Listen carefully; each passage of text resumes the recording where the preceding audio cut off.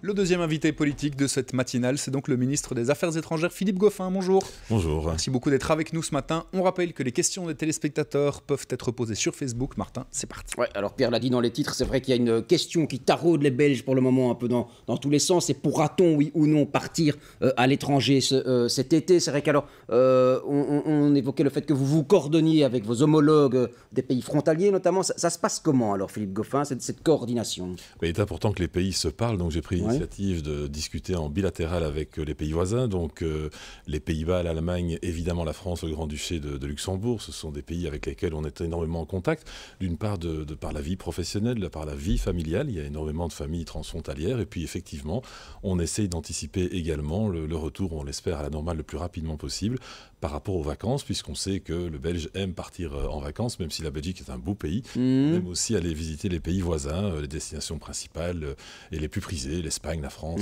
l'Italie, en tout cas pendant les vacances d'été. Et qu'est-ce qu'ils vous disent alors, vos collègues chanceliers des pays frontaliers, ils vous disent quoi? Alors qu'est-ce qu'ils nous disent? Un peu la même chose que nous, donc on essaie d'avoir des politiques coordonnées, on essaie de regarder comment l'évolution de la maladie se déroule de chaque côté de la frontière pour ne pas effectivement perdre tout le fruit des efforts demandés à la population.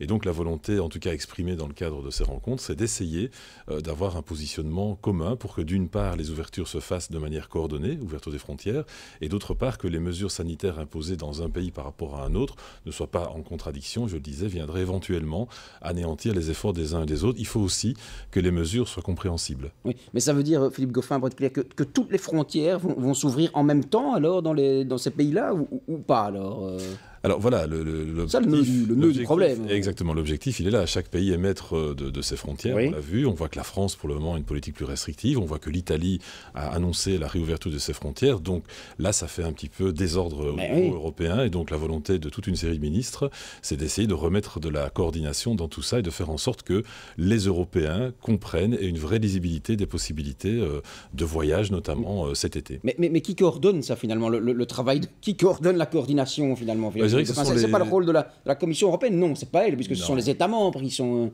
souverains en la matière. Il y a plusieurs éléments. Donc, il y a l'espace Schengen avec la grande ouverture, vous le connaissez, mais il y a aussi la souveraineté des États qui permettent à ceux-ci, et on l'a fait pendant la crise, de prendre des mesures particulières parce qu'il y a une crise particulière. Puis maintenant, on est dans le temps, celui de la réouverture progressive, et je pense que quand vous dites qui coordonne, j'ai envie de dire que ce sera le bon sens et les bonnes volontés qui réussiront à un moment à se dire, voilà, on est européen, on tient au projet européen, et donc on doit mettre de côté peut-être quelques petits égoïsmes nationaux pour faire en sorte que de nouveau le message soit lisible. C'est le sens de nos démarches. Vous n'avez peut-être pas envie de pointer l'un ou l'autre, mais est-ce qu'il y a des pays qui sont plus réfractaires, plus réticents que d'autres à ouvrir leurs frontières? Il y a beaucoup de regards qui se dirigent évidemment vers la France, puisqu'il y a beaucoup de Belges qui veulent aller en France en vacances. Et là, quels sont les espoirs, Philippe? Vous l'avez dit, il ne m'appartient pas d'analyser, de juger le choix d'un pays par rapport à sa politique sanitaire. Nous, ce qu'on essaye de faire, c'est de provoquer le dialogue, c'est fait.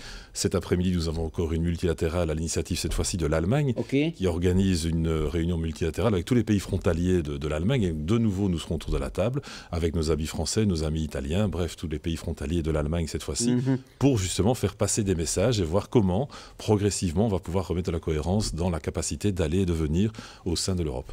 Et est-ce que l'idée, Philippe Goffin, c'est de dire peut-être les personnes qui ont des secondes résidences pourront d'abord se rendre en France, par exemple, Même chose, je pense qu'il ne faut pas faire ce genre de discrimination. Je pense qu'il y a vraiment un plan cohérent qui doit intervenir et ne pas pointer telle ou telle catégorie. Il faudra plutôt avoir le schéma de veiller à ce que les règles sanitaires qui ont été imposées, les mesures sanitaires qui ont été imposées et l'évolution des courbes soient finalement la clé et le guide de nos décisions. L'Espagne, plus restrictif aussi. Beaucoup de Belges se rendent en Espagne, mais là, on évoque peut-être le fait de garder le pays fermé, les frontières fermées. Il y a un message que je voulais quand même livrer aussi, c'est que nos populations ont fait énormément d'efforts et les efforts ont été compris par la plupart d'entre nous. Et donc ce serait vraiment dommage d'anéantir tous ces efforts par maintenant une incompréhension des mesures à venir. Et pour le moment, les annonces de tel ou tel pays qui disent on va ouvrir, on va pas ouvrir, on va être plus restrictif à tel ou tel égard, je pense que c'est pas un bon message pour le moment. Et donc notre rôle à nous, c'est de remettre un peu de l'huile dans les rouages. Et la perception qu'ont les autres pays de la Belgique, des efforts fournis par la Belgique, parce qu'on sait que les statistiques belges parfois pointaient pointer la Belgique comme en haut du palmarès, hélas, des pays qui déploraient le plus de décès liés au Covid-19. Qu'est-ce qu'on vous dit dans ces réunions, Philippe Goffin, vous qui représentez la Belgique? On vous dit attention, la Belgique, là, bof ou... Non, la bonne nouvelle, c'est que justement, on a expliqué la démarche, on a expliqué les mesures que nous avons prises, on a expliqué aussi les chiffres qui ont été communiqués, et je n'ai pas entendu ce type de reproches ou de distanciation. Donc on n'est pas les mauvais élèves de la classe Non, on n'est pas les mauvais élèves, au contraire, et on est plutôt pointé du doigt positivement par rapport aux mesures courageuses qui ont dû être prises, comme dans d'autres pays par ailleurs. Mais donc, cette extrapolation des chiffres est désormais bien comprise. Mais donc il faut sans cesse expliquer, quoi. Bien sûr. Voilà. Pierre. On parle beaucoup évidemment de la réouverture des frontières avec les pays européens. C'est normal, c'est ça qui sera au cœur de cette réunion interministérielle aujourd'hui. Pierre demande ce qu'il en est des rapports avec le Maroc. Il y a quand même beaucoup de Belges qui y partent aussi en vacances. Ça négocie autant qu'avec vos homologues européens? C'est un autre contexte, évidemment. Là, on est au contexte extra-européen, mais on a des dialogues avec l'ensemble des pays, en tout cas le plus possible. Et donc, on parle du Maroc en particulier. Avant-hier encore, j'étais en contact avec le ministre marocain des Affaires étrangères. Donc, là aussi, les dialogues existent, évidemment. Ça discute. Mais l'idée est de dire quand même, comme l'avait dit Emmanuel Macron, on va passer un été entre Européens, partir hors des frontières de l'Union européenne cet été, c'est quand même fort hypothétique, ça. Vous connaissez les avis de voyage pour le moment. Donc oui. Les voyages sont interdits pour le moment, les voyages dits non essentiels. Et donc c'est vrai que là, il va y avoir une ouverture progressive. Par contre, faire une annonce généralisée au jour d'aujourd'hui, donc au moment où je vous parle, ce n'est évidemment pas possible. Oui, mais il y a des contacts qui sont entrepris avec tous les pays, quoi. Bien sûr, et États-Unis compris, par exemple. C'est le rôle de la diplomatie de pouvoir se parler. Heureusement qu'on se parle. Oui, et ça, vos postes à l'étranger, quoi, vous relayez aussi tout ce qui se dit, j'imagine, partout dans le monde, alors tout ce qui se fait partout dans le monde. Plus ou moins un mois, j'étais en contact vidéo avec l'ensemble des postes à l'étranger selon les fuseaux horaires, évidemment, pour prendre connaissance de la situation au sein de ces différents pays et aussi pour mettre en place les contacts nécessaires pour voir dans quelle mesure les réouvertures sont possibles, soit de manière généralisée, soit de manière ciblée. Philippe Goffin, au niveau des rapatriements, j'imagine que ça c'est terminé, il n'y a plus personne, vous ne ramenez les forces belges ne ramènent plus personne ici en Belgique, c'est terminé ça? La dernière opération de rapatriement a été organisée émanant du Maroc. Maintenant, on est dans une nouvelle phase. On va donc poursuivre les rapatriements, mais sous une autre forme. Donc, ce ne seront plus des rapatriements directement avec des avions affrétés par la Belgique, mais on va faciliter des vols commerciaux, chaque fois en accord avec les pays. Là où on a des ressortissants, ce sera notamment le cas avec le Maroc. Avec le Maroc. Pierre? Alors, une question assez précise de Johan qui vit à la frontière, qui a toute sa famille en France. Et qui là, ça fait 3 mois qu'il n'a pas pu les voir. Il demande si, à un moment, est-ce qu'il y a une possibilité d'avoir des autorisations de passage pour traverser les frontières? Le temps est long et on se rend bien compte que l'impatience est évidemment là parce qu'on a envie de voir sa famille, on a envie de voir ses proches. Pour le moment, c'est le statu quo, malheureusement. Moi-même, hier, j'étais en contact avec une personne qui regrettait de ne pas pouvoir aller voir sa famille qui était à quelques kilomètres du côté de l'Allemagne. On demande encore un peu de patience. On le dit, le message, c'est de ne pas anéantir tous les efforts qui ont été accomplis par l'ensemble de la population. Et il faut aussi comprendre que les mesures, la Belgique n'est pas la seule, il y a aussi ce qui se passe chez nos voisins.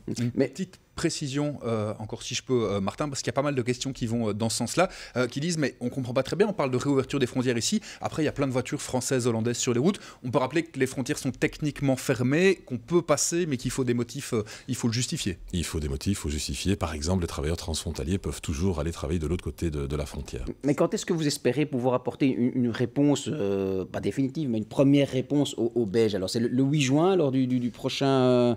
Voilà la prochaine phase, comme l'a dit la Première ministre, ou à quoi est-ce qu'on peut s'attendre en termes de date? Je crois qu'il est toujours dangereux en politique de s'enfermer dans des délais, parce que quand les délais ne sont pas respectés, on vous pointe du doigt. Donc je n'ai pas envie que M. Buxan, dans quelques semaines, vous me disiez, vous aviez annoncé telle date, frappe à la porte, etc. Oui. Donc on a des échéances, on a un phasage qui a été annoncé, ça permet aussi de donner de la perspective, et on sait aussi qu'il y a toujours l'élément de l'évolution des courbes liées à la maladie, et donc c'est toujours un élément qui peut-être ou pas, accélérer ou ralentir le processus de mise en place de nouvelles décisions, de nouvelles mesures. Alors Philippe Goffin, vous êtes également en charge de la défense. On sait que la défense belge était à pied d'œuvre dans certaines maisons de repos et de soins. On en est où aujourd'hui? Ils sont encore là dans les maisons, dans les homes pour personnes âgées ou pas? On est encore présent dans 3 homes. La défense a beaucoup travaillé pendant cette crise et on l'a chaque fois annoncé dans le cadre de l'aide à la nation. Quand on fait appel à la défense, eh bien, quand elle est en capacité d'intervenir, elle le fait. On l'a notamment fait dans les maisons de repos. On est également présent pour la distribution et la logistique. Et donc la défense a répondu présent à cette crise, comme beaucoup d'autres secteurs d'ailleurs. Et je remercie tous les membres de la défense de s'être mobilisés positivement pour faire en sorte que ce soit ensemble qu'on lutte contre ce coronavirus. Philippe Goffin, peut-être au-delà de vos compétences stricto sensu maintenant, il y a ce ce mécontentement du personnel des soins de santé. Vous l'avez vu samedi lors de l'accueil de la première ministre Sophie Wilmès, cette haie de déshonneur, vous en avez pensé quoi, vous ça vous a choqué, ou bien vous dites, voilà, vous comprenez cette irritation qui règne dans le chef du personnel soignant? Je pense qu'on comprend évidemment la difficulté du secteur. Le secteur a été évidemment mis sous pression de manière très très très forte. Il faut aussi savoir que Sophie Wilmès, par sa présence là-bas, a voulu marquer son attachement réel au travail. Et je peux vous dire, pour bien la connaître, qu'elle est vraiment très très consciente de l'effort qui est fourni et produit. Et son annonce hier va dans ce sens-là par rapport à une revalorisation des traitements notamment. Ouais. Y a cette question épineuse des arrêtés royaux qui sont sur la table, des arrêtés de mobilisation du personnel des soins de santé. Alors certaines formations politiques qui soutiennent le gouvernement, d'ailleurs écologistes, socialistes, CDH également demandent qu'on les retire. Qu'est-ce qu'ils pensent le MR là-dessus?